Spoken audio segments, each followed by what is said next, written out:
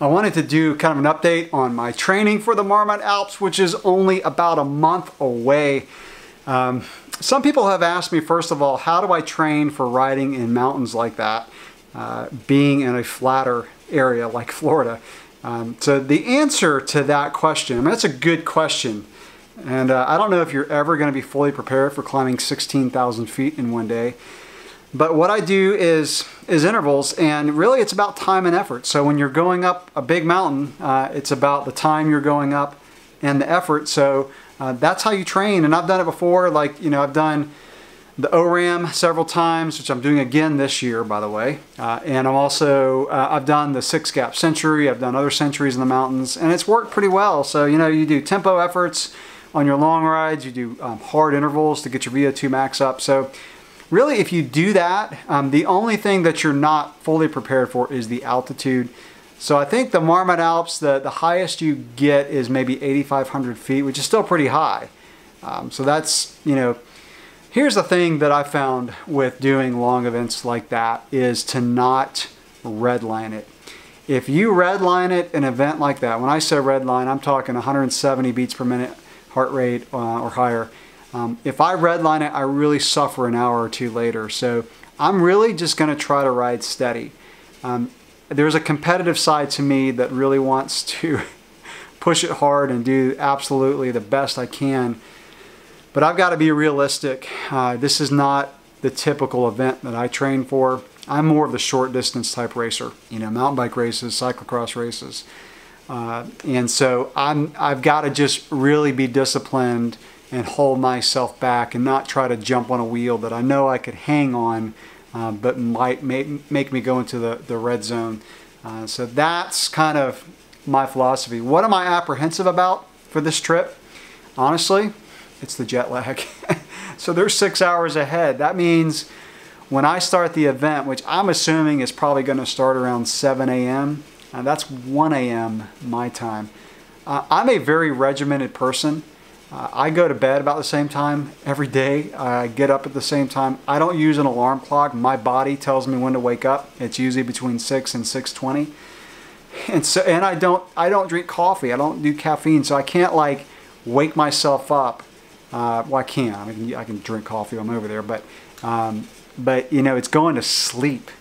I don't know. So my plan is to really push through the first day. So we get there at 8 o'clock in the morning French time, and then so that's 2 o'clock in the morning my time. So I'm just going to make myself stay awake and try to go to bed at a normal time that night. So that's the plan. Now, I've recently added something to my training program that I've been wanting to do, and I finally did it, and I got a smart trainer.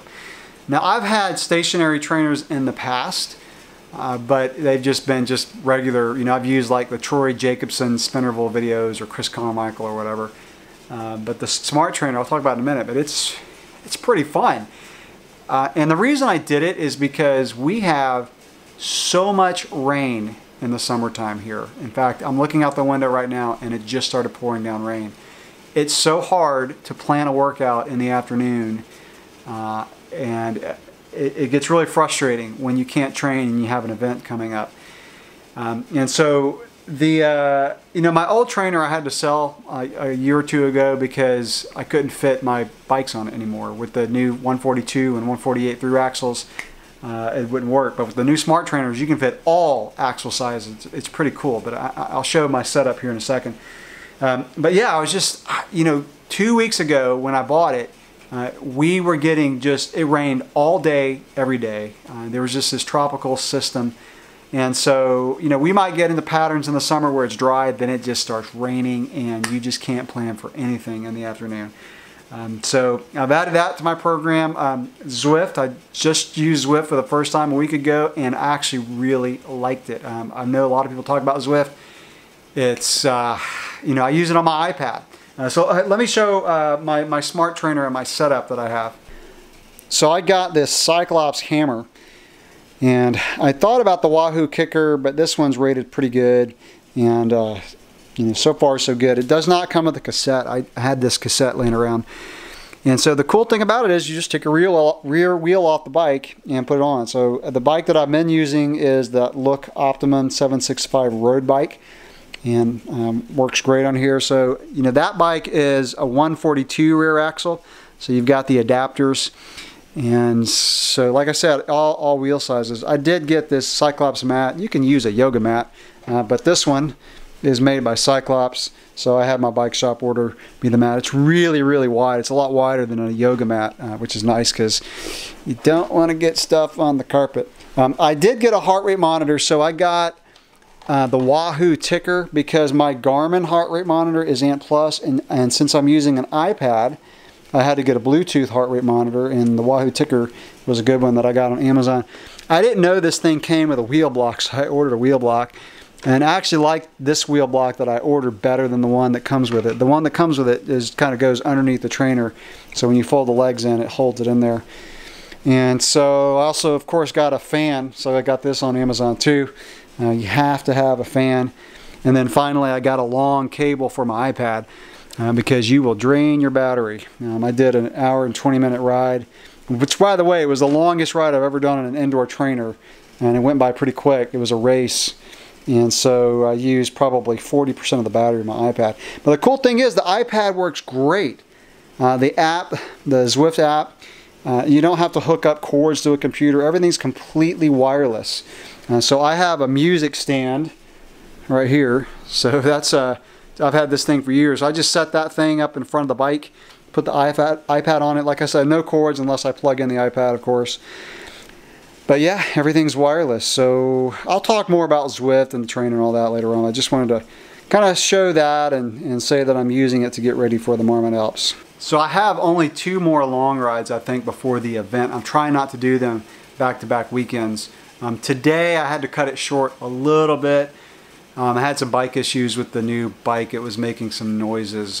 This was the mountain bike. So what I did today was I actually did about 3 hours and 15 minutes of gravel road, got to my office, jumped on the RKT9 and did some trails, but I think the cassette's got to be tightened, so I'm going to go out and clean that bike in a minute because I got caught in the rain on the trails. So I'm going to go clean the bike and then try to nail down that noise.